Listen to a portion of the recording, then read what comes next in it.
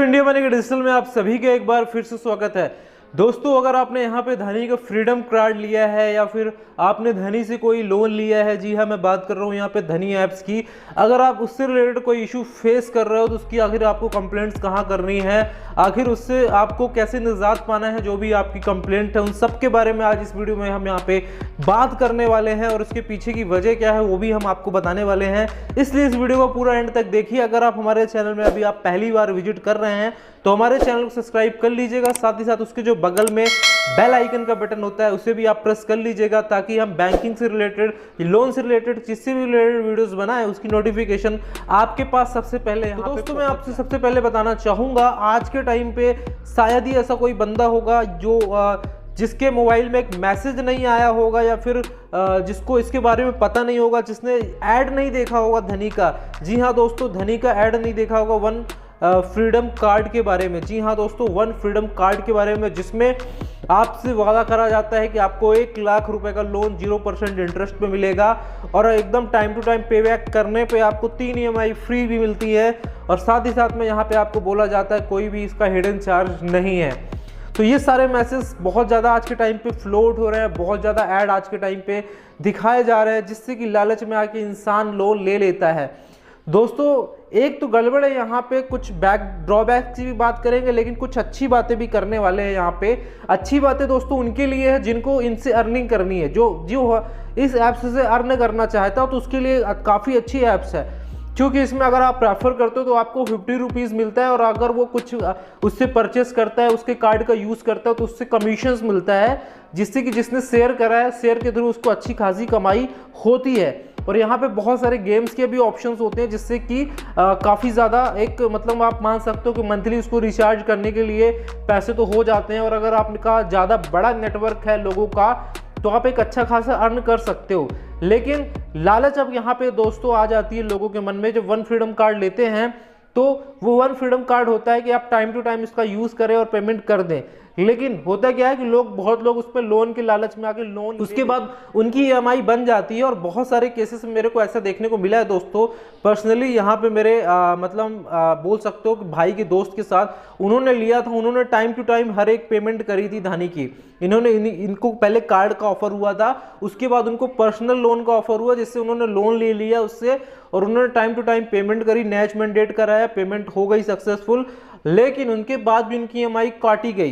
जी हाँ दोस्तों, उनके बाद भी उनकी EMI काटी गई। तो उन्होंने गलती क्या करी थी मैं आपको सबसे पहले बता देता हूँ। सबसे पहले तो अगर जैसे ही आपकी EMI का पेमेंट हो जाता है कंप्लीट, उसके सबसे पहले आप NOC लेटर ले लो।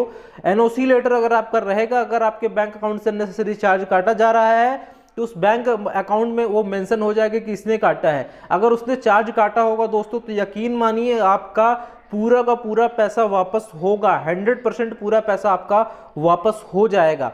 अब यहाँ पे दूसरी बात कर लें अगर दोस्तों, कि अगर आपने कोई पर्सनल लोन ले लिया है और आपकी EMI डिफ़ॉल्ट हो गई, बहुत सारे वजह हो सकते हैं EMI डिफ़ॉल्ट होने की, उसमें से एक वजह जो जनरली होती है वो सबसे ज़्यादा होती है इनसुफिशिएंट बैलेंस। अगर आपकी EMI इनसुफिशिएंट बैलेंस के कारण ख़राब हुई है, उसके बाद अगर आपका पूरा मतलब कि शेड्यूल बिगड़ गया है कि हम मंथली पेमेंट कैसे करें, क्योंकि होता क्या है दोस्तों, जब आप अकाउंट में पैसा डलवाते हो तो सबसे पहले वो नेच मैंडेट चार्ज काटता है बैंक सबसे पहले आपका नेच मैंडेट चार्ज काटेगा, उसके बाद आपकी EMI काटेगा।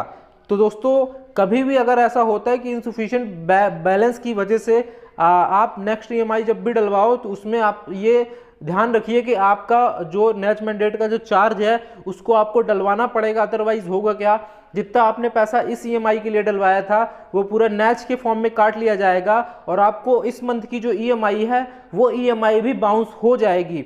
उससे बचने का एक रास्ता होता है कि आप प्री पेमेंट कर दो। एक प्री पेमेंट का ऑप्शन होता है, जिसके बाद वो नेच फॉर्म जो है आपके बैंक में नहीं लगता है, जिससे कि आपको EMI बाउंस होने का जो खतरा होता है वो उतना नहीं होता है। तो आप ये प्रोसेस कर सकते हो।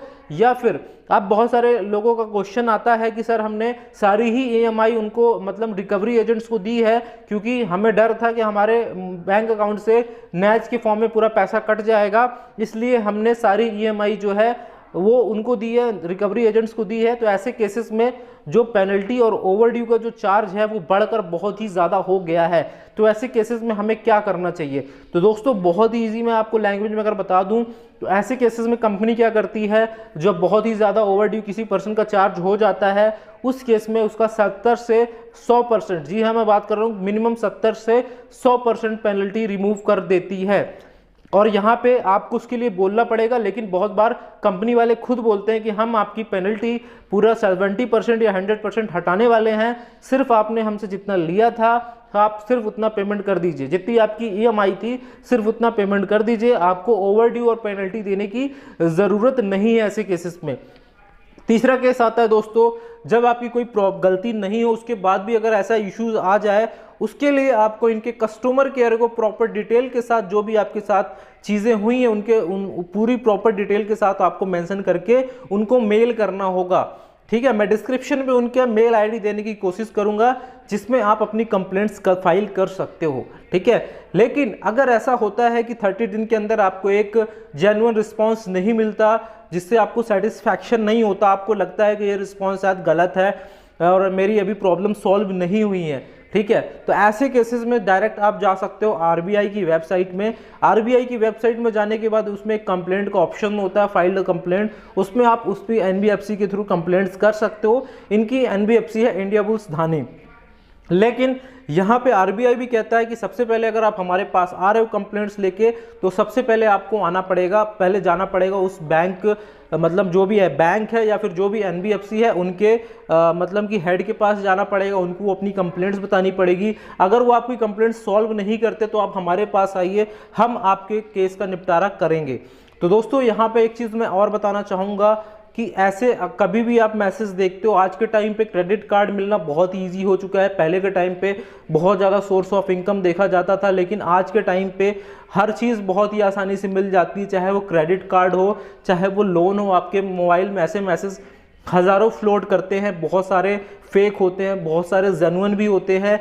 लेकिन इस केस में आपको ये सारी चीज़ें तभी अप्लाई करनी चाहिए जब आपके पास कोई अच्छा प्रॉपर सोर्स ऑफ इनकम हो। अदरवाइज आप इस ट्रैप में फंस के, अगर आप जैसे कार्ड ले लेते हो, ठीक है, कार्ड लेने के बाद एक ह्यूमन साइकोलॉजी ही होती है कि हमारे पास अगर है तो हम इससे ज़्यादा परचेसिंग करें, ज़्यादा इसका यूज़ करें, और हम कहीं ना कहीं इसका यूज़ करते करते ये चीज़ भूल जाते हैं कि हमारे पास कोई प्रॉपर सोर्स ऑफ इनकम है नहीं, जिसके बाद हम बड़ी प्रॉब्लम में यहाँ पे फंस जाते हैं। और बहुत लोग लोन लेने की गलती कर देते हैं, जिसके बाद अगर उनकी एक ईएमआई भी ड्यू होती है उसके बाद उनका जो लोन का अमाउंट होता है वो बहुत ही ज़्यादा हाई हो सकता है। हालांकि बहुत लोगों को पता नहीं होता है उसको रिड्यूस कैसे करवाना है।